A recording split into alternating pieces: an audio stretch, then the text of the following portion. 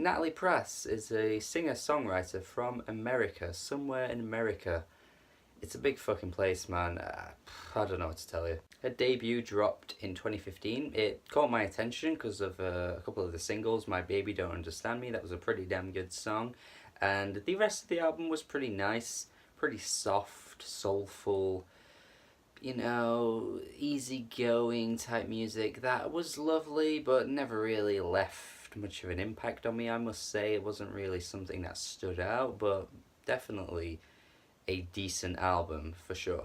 And The Future and the Past is the sophomore album from Natalie Prass, and I must say this one's definitely connected with me quite a bit more than that debut album. I mean, for one, I think the songs, the tunes are sharper individually. Much of that debut just kind of ran into each track just seamlessly, going from similar sounds to similar sounds. That didn't really give any standout moments on the album. There needed to be that, you know, peppiness.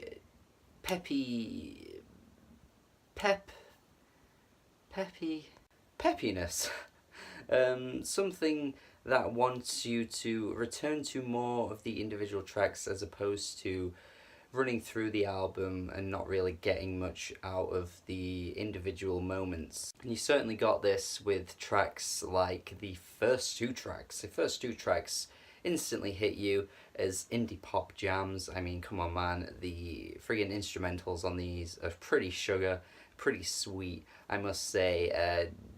Any other artists may have done this, I might have raised my eyebrows a little bit, you know, and been like, nah, this isn't for me. But Natalie Prass is cute, you know, she's very cute. I can't deny that about her. There's just something about her voice and the way it runs over these tracks that just makes you kind of go, no. Short Circuit Style is a perfect example. This track is so catchy. It's probably the catchiest here. It's got a great melody, a groovy hook to it. Round and round, had ups and downs. The way she's singing on this chorus really just sticks with you. I was singing this song all day at work today, so I think it's kind of proof that this song is going to stick with me. Although the sound to it makes me think, will it wear thin on me one day? You know, maybe in like 6 months down the line, will I not enjoy this as much? But I've listened to this track quite a lot at this point, and I must say, it's really ear-grabbing and fun to listen to. And even lyrically, you know, it's very much just a relationship as a relationship goes, you know? Very straightforward in its messaging here, just kind of like, you know, ups and downs, but, you know, I can't be without you, even though we have all these bumpty bumps in our relationship. Oh my, it's funky as hell with the background vocals. I think it's certain to say that she's taking influence from the funk of the 70s on this one, and also across this album there's definitely a soul influence, like 1960s soul. Certainly on the piano ballads as well, we definitely get an older vibe to this, which I've often critiqued in my reviews as being like, well, nostalgia, it just gets irritating. However, though, this is one of those cases where the nostalgia works in the music's favour, and it's actually rare to find that, you know. I think generally if something sounds too from the time that it's playing, you know, like Father John Misty's piano work, you know, typically sounds too 70s for me.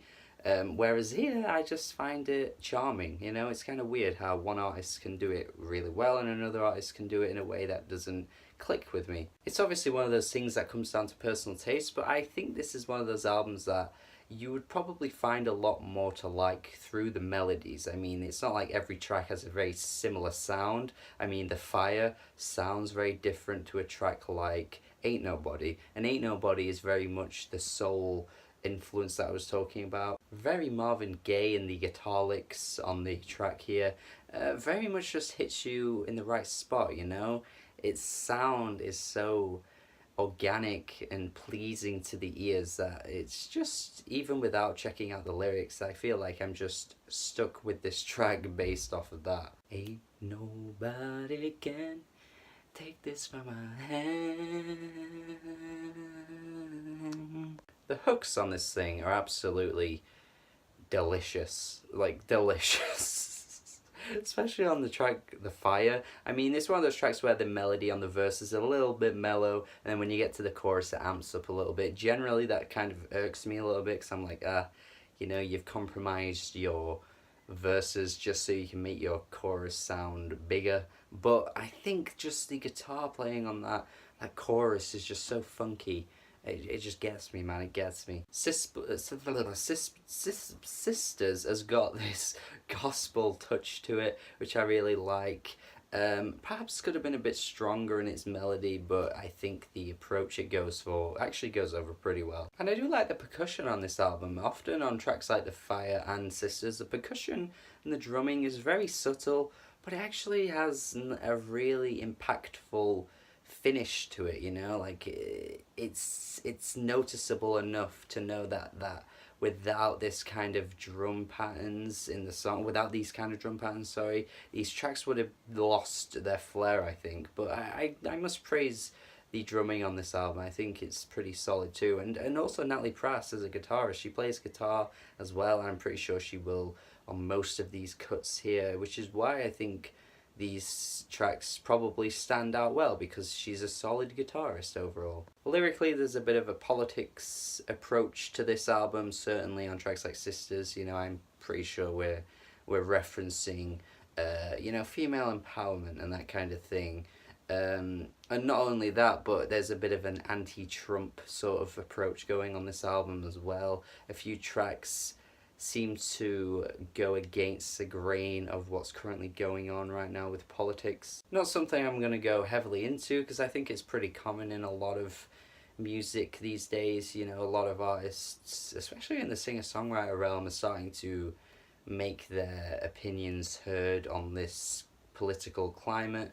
I wouldn't say Natalie Prass does it in the most compelling way, but however, I think it's quite subtle. Like, you have to read into what she's saying. At times it may seem like she may be referencing a relationship, but it's actually a relationship with America and a relationship with the current state of affairs. And I think that subtlety is very welcome, because it actually gives this album a few different perspectives you can look at it from. And I think albums that do that are pretty clever in their metaphors and stuff like that. Like, you could look at this album one way, or you could look at it another, and both ways are perfectly fine. It's kind of cool how it's ended up being that way. Ship Go Down is perhaps the one track, though, you can kind of get a clear image of, though, with the sort of lyrics here, basically talking about how, like, the ship is sinking, and we can see that it is, but we can't really do anything about it. And it's a pretty nice track as well. I think it's clever with the lyrics here, with the wordplay and stuff like that, how talking about like wolves